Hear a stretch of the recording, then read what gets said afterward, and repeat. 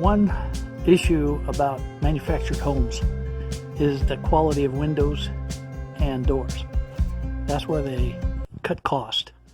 And they're usually, there may be a standard mobile home size, but it seems like folks don't necessarily go with standard. This door here is actually a door for a wheelchair, and it's kind of a really odd size, and the width of it and the height of it, it's much shorter than most doors. The problem is that everything is kind of custom, and I haven't gone out looking for new aluminum or new frames, metal frames to build a custom. So what I'm doing is I'm just jerry-rigging it and trying to make it last, and just put in a new screen because the other screen had, there was a nice little doggy that decided to go through it, and they do that. So I'm going to try to get this thing improved. I don't know if I can call it repaired. Right now I've got a broken hinge down at the bottom of the door, and that's where I'm headed next to try to come up with a solution. Well, I think I'm done with this screen for what I can do for it. The frame is just flat wore out. The door's not square. What I mean is the door frame, when they frame everything in, it's just not square. And this corner down here at the bottom that I was fighting is actually, it was broken loose. The hinge was actually broken loose. So what I did was I used just a common cabinet hinge, small one, and I made it work. I put it on the door, which means I had to make some big modifications to the frame, and which is not very pretty, but it'll hold. And if I'm lucky, it should hold for another year.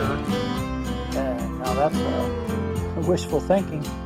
The center one here is about almost as bad, and the top one is probably the best. But what I'm seeing is that I've got the new screen in, and it looks pretty good. But the closing right now, I've got the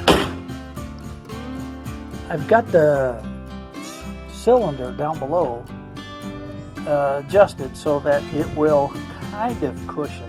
It doesn't slam as hard as it could, and I'll just have to find that happy spot, which that's kind of what you do.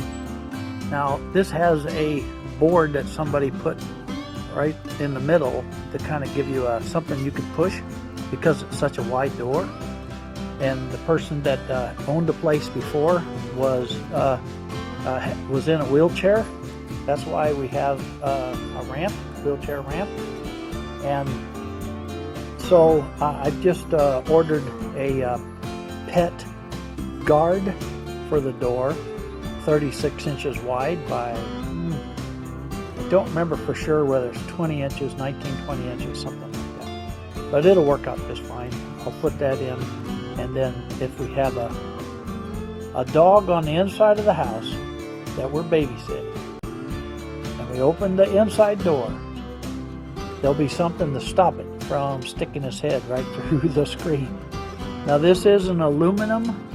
It's iodized. It's black. It's a black painted screen, and but it's aluminum, and so it should last a little better than the plastic one that was in there before. So I did not want to have to do this today, but I've been waiting a year, and I guess it was time I got off my duff and got this done. So it's got the safety chain on it, so they can only open so far. It does have a cable to help keep it square or hold it together. And then that added hinge down at the bottom, and you can see that the original hinge is just totally broken loose. I mean, if that isn't a deal. But when you're trying to get by and not have to spend hundreds of dollars on a screen door, that's what you do. You just kind of jerry rig it, and you say, hey, I think it's going to last another year. And hopefully we can make it do just that. Well, thanks for joining me. We'll see you later. From Sand Hollow Homestead, there's lots of food in the pantry. We'll see you at supper time.